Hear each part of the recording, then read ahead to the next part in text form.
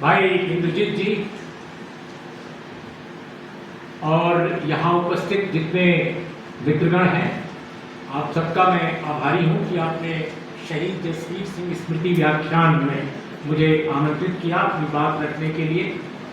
और ये बात सही है कि जसवीर जी की तरह मैं भी एक ज़माने में लेफ्ट स्प्रिंट मूवमेंट से मैं जुड़ा था, इसको मैं कभी छुपाता नहीं और इस पर मुझे गर्व भी है। लेकिन जर्नलिस्ट जब मैं 1983 में बना तो ये भी सही है कि मैंने पीछे मुड़कर नहीं देखा और जर्नलिज्म और लेखन यही मेरे जीवन का प्रमुख कर्म बना। और मैं किसी पार्टी, किसी पोजीशन, किसी राजनीतिक धारा के साथ कभी नहीं रहा।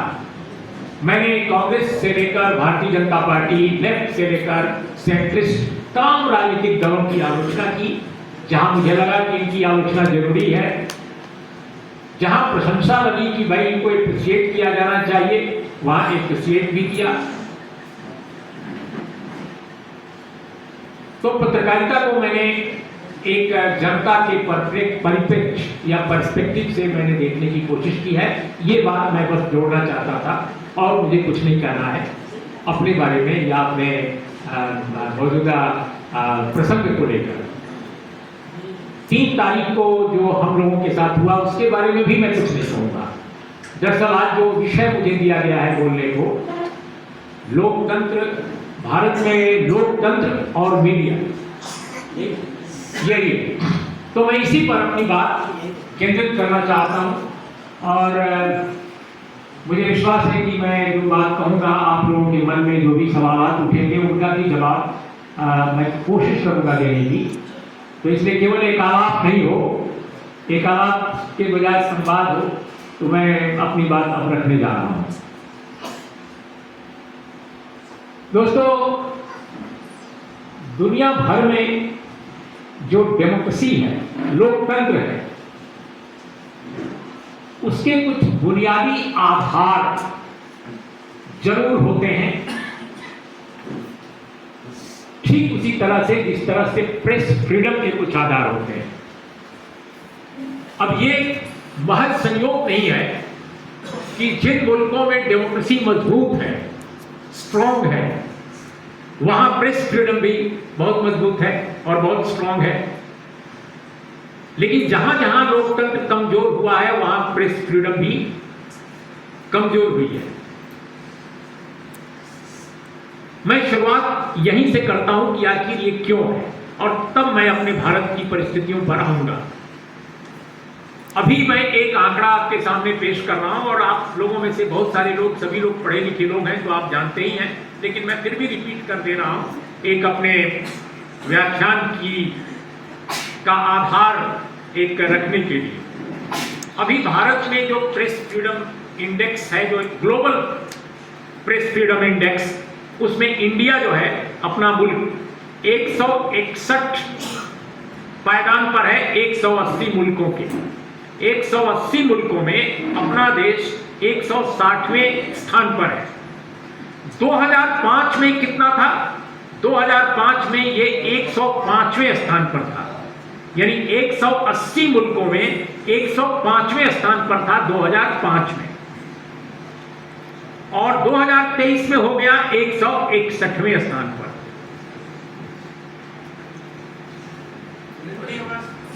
ये जो 2004 और 3 के बीच में ये 120वें स्थान पर था। ये बड़ा आश्चर्यजनक है कि 2005 और 6 के बीच में 105वें स्थान पर आ गया और 2003 और 4 के बीच में 120वें स्थान पर था। यानी स्थितियां जो भारत में प्रेस फ्रीडम की थी वो अब सडन 2 सालों में चेंज हो गई जब यूपीए रिजीम आई। अब मैं यूपीए रिजीम का तो आलोचक रहा हूं, एक जर्नलिस्ट के तौर पे मैंने यूपीए रिजीम की भी आलोचना की है जमकर अनेक मुद्दों पर। लेकिन ये सच है कि यूपीए रिजीम में प्रेस फ्रीडम इंडेक्स में जो बनाते हैं भारत के लोग नहीं, ज्यादातर विदेशी लोग होते हैं और रिसर्च के आधार पर बनाते हैं, आंकड़ों के आधार पर बनाते हैं। उस ग्लोबल इंडेक्स में बताया गया कि भारत जो है उसमें सुधार हुआ है यूपीए बनने के दरमियान या यूपीए बनने के बाद। इसका क्या मतलब हुआ? इसका मतलब यह हुआ कि अगर राजनीतिक परिस्थितियां बदलती हैं, शासकों का राजनीतिक मिजाज अपेक्षाकृत डेमोक्रेटिक होता है, तो प्रेस फ्रीडम भी, प्रेस की स्थिति भी, मीडिया की स्थिति भी बदलती है। यानी लोकतंत्र और मीडिया को आप अलगा नहीं सकते, दोनों का एक गहरा रिश्ता है। प्रेस फ्रीडम वैक्यूम में, यानी किसी शून्य में प्रेस फ्रीडम इमर्ज नहीं होता। प्रेस फ्रीडम के लिए कुछ बुनियादी आधार और जनतंत्र के लिए भी कुछ बुनियादी आधार है। तो इन्हीं दोनों चीजों पर मैं आज आपसे बात करूंगा। देखिए, अभी जो डेमोक्रेसी का इंडेक्स है 2023 का, इलेक्टोरल डेमोक्रेसी का, ये इंडेक्स कुछ महीने पहले आया है। इसमें भारत जो है 108वें स्थान पर है, 108वें स्थान पर।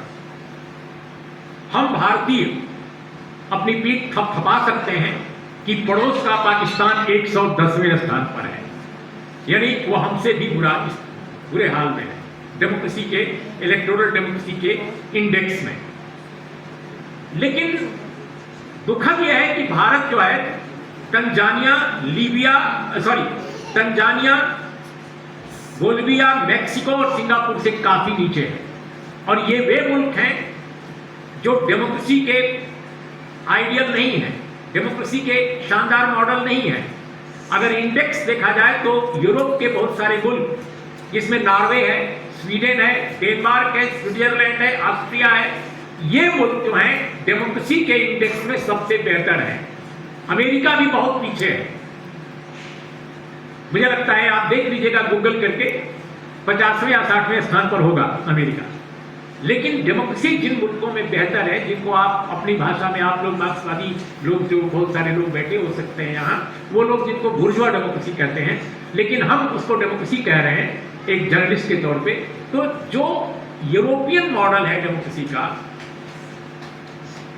जिसमें जिन मुल्कों का मैंने नाम लिया, नॉर्वे, डेनमार्क वगैरह, ये बेहतर परफॉर्म लगातार करते आ रहे हैं। आज से नहीं, जब से इंडेक्स बनाने की शुरुआत हुई। और इंडेक्स यकीनन बेहतर ढंग से बनता है, काफी ऑब्जेक्टिवली बनता है। अब इंडेक्स जो है कई बार भारत सरकार चुनौती देती है कि साहब हम इसको नहीं मानते, तो आप तय कर लीजिए कि आप विश्वगुरु हैं, आप ही घोषित कर दीजिए कि आप सब सर्वश्रेष्ठ हैं। तो आपके विश्वविद्यालयों का हाल ये हो गया है, वो भी इंडेक्स बनता है यूनिवर्सिटीज का। दुनिया भर में यूनिवर्सिटीज का भी एक इंडेक्स बनता है, उसमें भारत जो है 100 जो महान विश्वविद्यालय दुनिया में है, उसमें आज तक भारत नहीं आ पाया, 100वें स्थान पर भी नहीं। तो ये जो स्थितियां अपने मुल्क में हैं वो बहुत ही भयानक हैं। और हम उन मुल्कों से भी पीछे हैं जहां पर ऑटोक्रेसी एक जमाने में काफी मजबूत थी। अभी इंडिया के बारे में जो नया जो इंडेक्स आया है, ये इलेक्टोरल डेमोक्रेसी इंडेक्स, जिसकी बात मैं कर रहा था, इसने इसको निरंकुशता की तरफ उन्मुख डेमोक्रेसी कहा है, यानी ऑटोक्रेसी की तरफ लुढ़कता हुआ लोकतंत्र कहा है भारत को। और एक दूसरा जो इंडेक्स आया है अभी हाल में, EIU का, इकोनॉमिक इंटेलिजेंस यूनिट, ये लंदन हेडक्वार्टर इनका है और दुनिया के बहुत सारे मुल्क इसके मेंबर हैं और उसके इस रिसर्च के आधार पर ये बनाते हैं। इसमें इंडिया 167 कंट्रीज में 53 केवल पोजीशन पर है। वो शायद इसलिए 53 पोजीशन पर है क्योंकि ये बहुत सारे मुल्कों को मानते ही नहीं कि वो डेमोक्रेटिक है। तो जिन मुल्कों में इलेक्शन ज्यादा टाइम से होता है, 5 साल या 6 साल, जो भी उनका समय है, उसी के आधार पर ये लोग तय करते हैं इस इंडेक्स के लोग, इसलिए यहाँ इंडिया 53 पोजीशन पर रखा गया है। अब मेरा ये कहना है, ये तो आंकड़े की बात हुई।